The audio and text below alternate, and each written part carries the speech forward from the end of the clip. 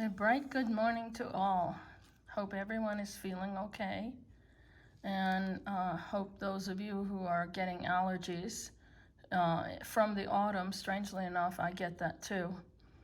I hope you're feeling better soon.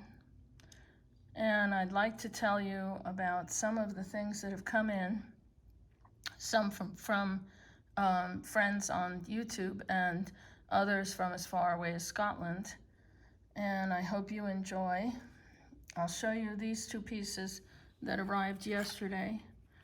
I told you I love card cases.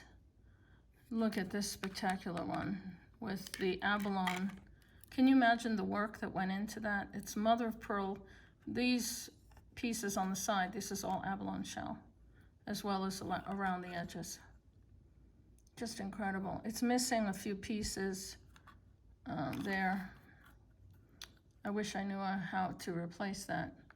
And there's the area where they would have had a monogram, a little cartouche. But look at that. These are survivors from a long time ago, well over 100 years old. And I just treasure them. I don't know why I can't use them to put my personal cards in, but I still admire them so much. A part of Victoriana that you rarely hear about. This is the one that I started with. And I originally remembered that this was in Eileen's collection, my friend who passed away. And she gifted me quite a large amount of things, but I also purchased a lot from her estate after she passed. And during the time that we were friends and she was ill with cancer, I was taking her to the hospital and staying with her. And if I tell you the collection of jewelry she had, literally, I'm not kidding, when I went into her house, I almost fell down. She had paintings and silver and just unbelievable stuff. I can't even begin to tell you, which was all sold off by these major auction houses that came all the way to her home to take it and sell it across the country. Who knows where it went. But in the back, she had two giant safes. And in there, she had jewelry you would never, ever see in your lifetime. Everything from gigantic rubies and emeralds, all of that went to, who knows, Sotheby's or wherever. This I did purchase from her. I just thought it was very unusual because they're sort of triangular shaped amethysts set in white gold. And I got this little snaky snake ring from my friend Anna at Vintage Jewelry Galore. I love it.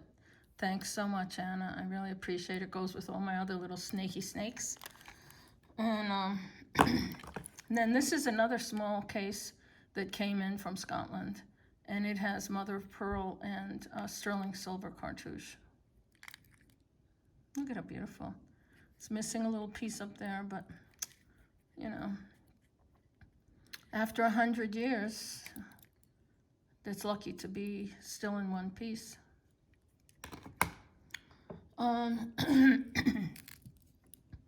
This beautiful, incredible piece I got on the internet.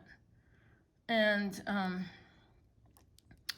you could see by the depth of you see that, the insert there? There was glass covering her face, because this is painted portrait. And this is all sterling silver. It's not been cleaned. I don't know, I kind of like it dirty.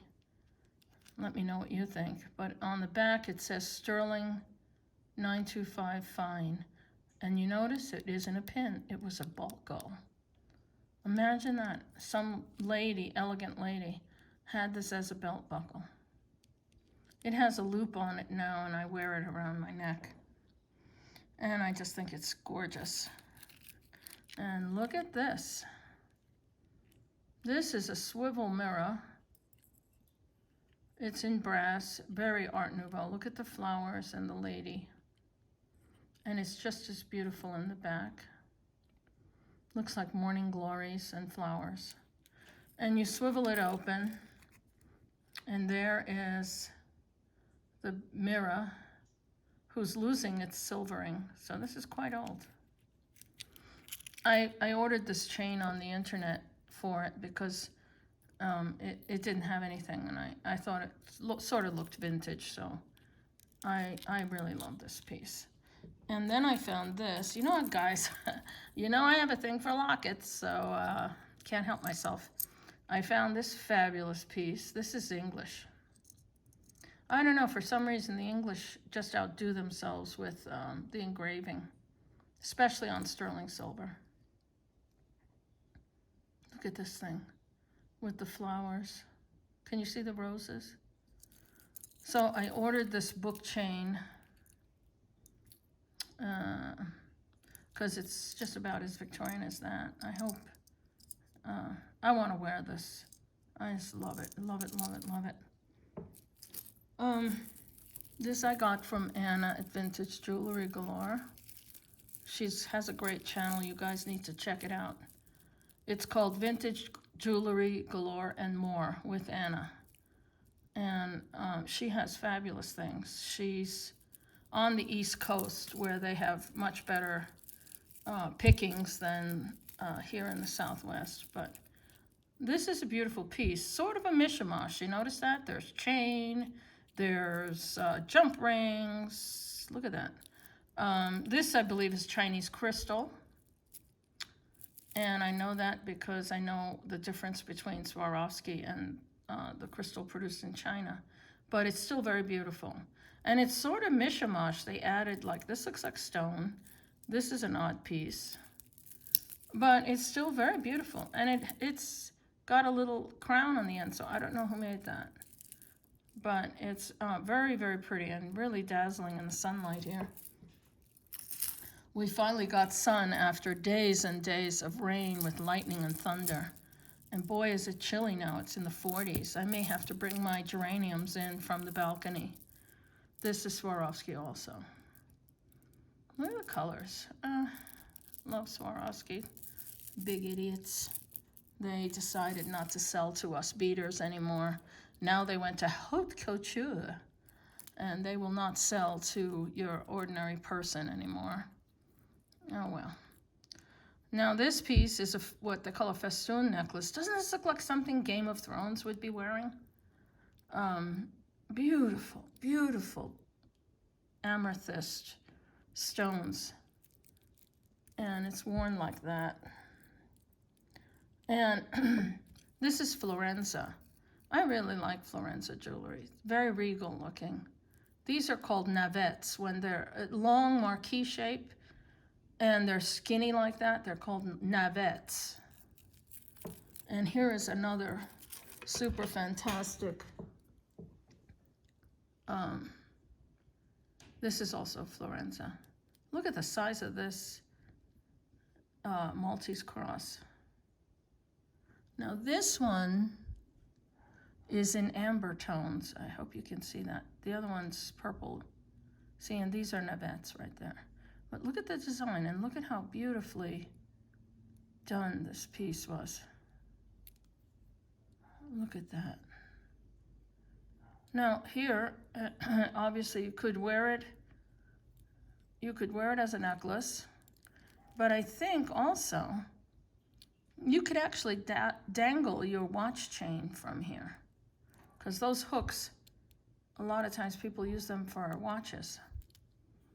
But it's a beautifully made piece, probably from the 50s. And I also got a beautiful heart from her, which is perfect for the holidays.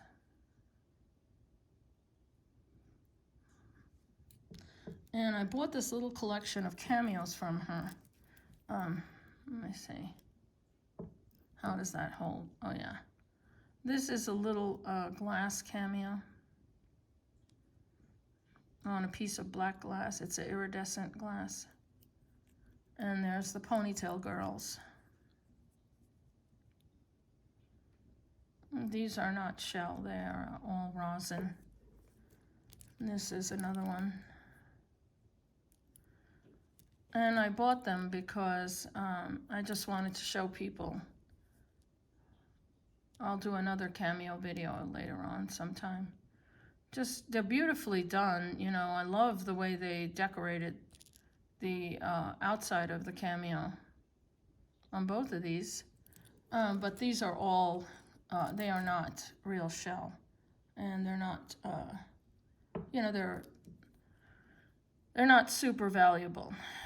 This is a real shell Cameo. And she does not have the ponytail. She does have an earring in her ear. And a beautiful updo. So you look at this. Let's take, for example, this and this. Similar color, right?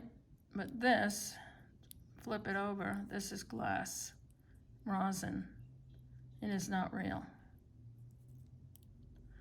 But you look at this one, and right away, you could tell, see, there, it's a real shell Cameo.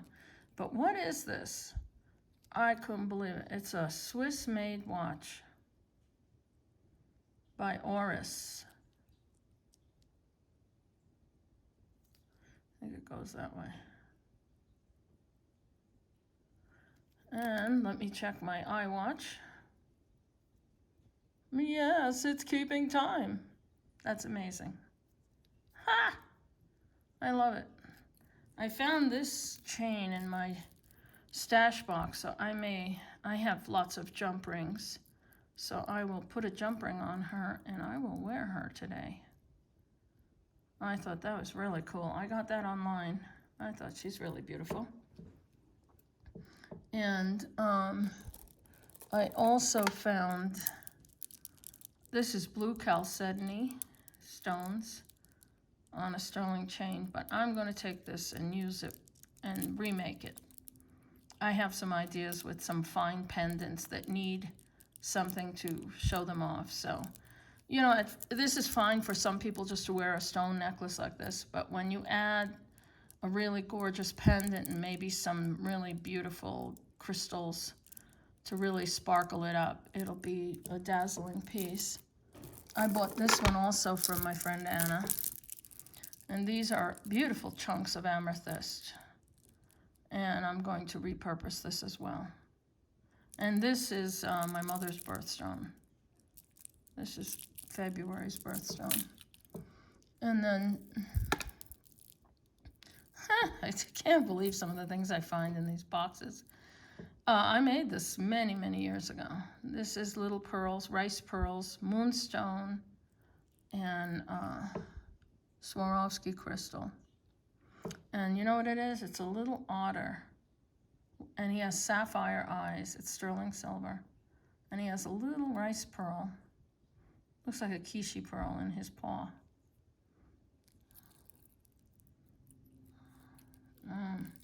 Didn't even know I had that. And then this piece I made a long time ago as well. I love fairies. Isn't she beautiful? This is a pendant made by a company called Green Girl. And it is a bronze casted piece, beautifully done. And there's a Japanese finish they use called, I think it's called shimabushi, that gives it that coloring. And then I added some autumn colored pearls and crystal. And I made this quite a few years ago. So I'm going to wear it today. And I kind of love brown jewelry anyway, so. And this is Kishi's. Let me take this off and show you this. These are unusual because these are Kishi pearls in an iridescent brown and black, probably from what they call the black lip mussel, which produces this kind of coloring. So just a refresher on what is a Kishi pearl, or what some people call cornflake or Rice Krispie pearls. All cultured pearls have a man-made inserted irritant into the oyster or the mussel. But with Kishi pearls, they are 100% nacre. There is no center. And what happened is the oyster or the mussel or mollusk pushes out the irritant, but continues making nacre, forming these irregular types of pearl. So they are 100% nacre. There is no center. And this is unusual because this is that dark color, and they are quite expensive. Believe me, I used to go to beach shows before COVID, and they were at a bargain price, about $90 a strand, unstrung. Let me fix this up for you. And this one is the white. You could see the reflection. This is a 3-strand white one. And when they're large like this, they're about $90 to $110. Prices have probably gone way up since then. But this is a 3-strander of white Kishi pearl with pink tones in it. Beautiful. It's not for everyone, but for those of us who love pearl completely, any pearl is a good pearl. We love them. I got this also from Anna. Let me set this up for you. And both she and I feel that these are Mallorca. Now, come on, behave yourself. And I never really had a lot of Mallorca, but I love the jeweled clasp. And when I used to go on cruises, these were sold in cruise boats, and they were very expensive. These are all individually knotted, beautiful grays, whites, and cream, and a few blush color. See the blush tones, a pinky blush. And, you know, women wore these to the opera, wore them out to dinner. And if you watch some of the old TV shows, you know, the old movies from TCM, you'll see the women, the Hollywood stars, wore a lot of costume jewelry. But in the lights of the movies, made it look like that everything was real diamonds, real pearls. And these are Mallorca. We both kind of agree that these are probably Mallorca. Very fine quality. So I'm very happy because I really only had one piece of Mallorca that she sold me, which was just a solitary Baroque. So now I have this very Hollywood dazzly piece. And I'm very excited about that. What's down here? What the heck?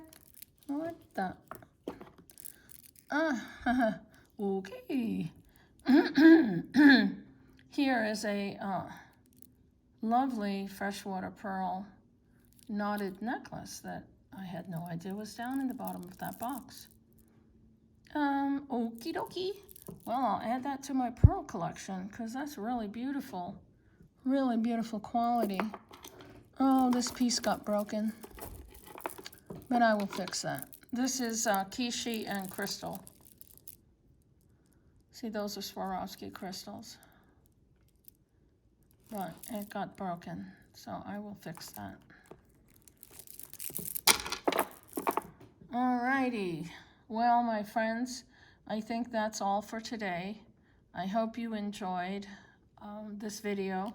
I hope you will like, share, and subscribe, and keep tuning in for more fabulous pieces of antique and vintage jewelry. And I found this beautiful doll when I went up to Santa Fe. And she doesn't look like much to most people who are not doll collectors, but she's actually extremely rare. She is a Mason and Taylor doll from Vermont, all wood jointed, paper mache head. Her hands are made of metal as well as her feet. And believe it or not, this little doll, homely as she might seem, is worth well over $1,000. She's in beautiful shape. She still has all her original paint. Her little nose is a little squished, probably fell and took a header. But she's a survivor of over 150 years. And you guys know, if you looked at my other videos, I am a doll collector as well. So thank you so much. Please like, share, and subscribe. And I appreciate everybody who makes a comment, and I really appreciate all of you. And there's the old glove box that all this stuff was hiding in. And I promise I'll do a video on my old box collection. But God bless you all, and I hope you have a wonderful day.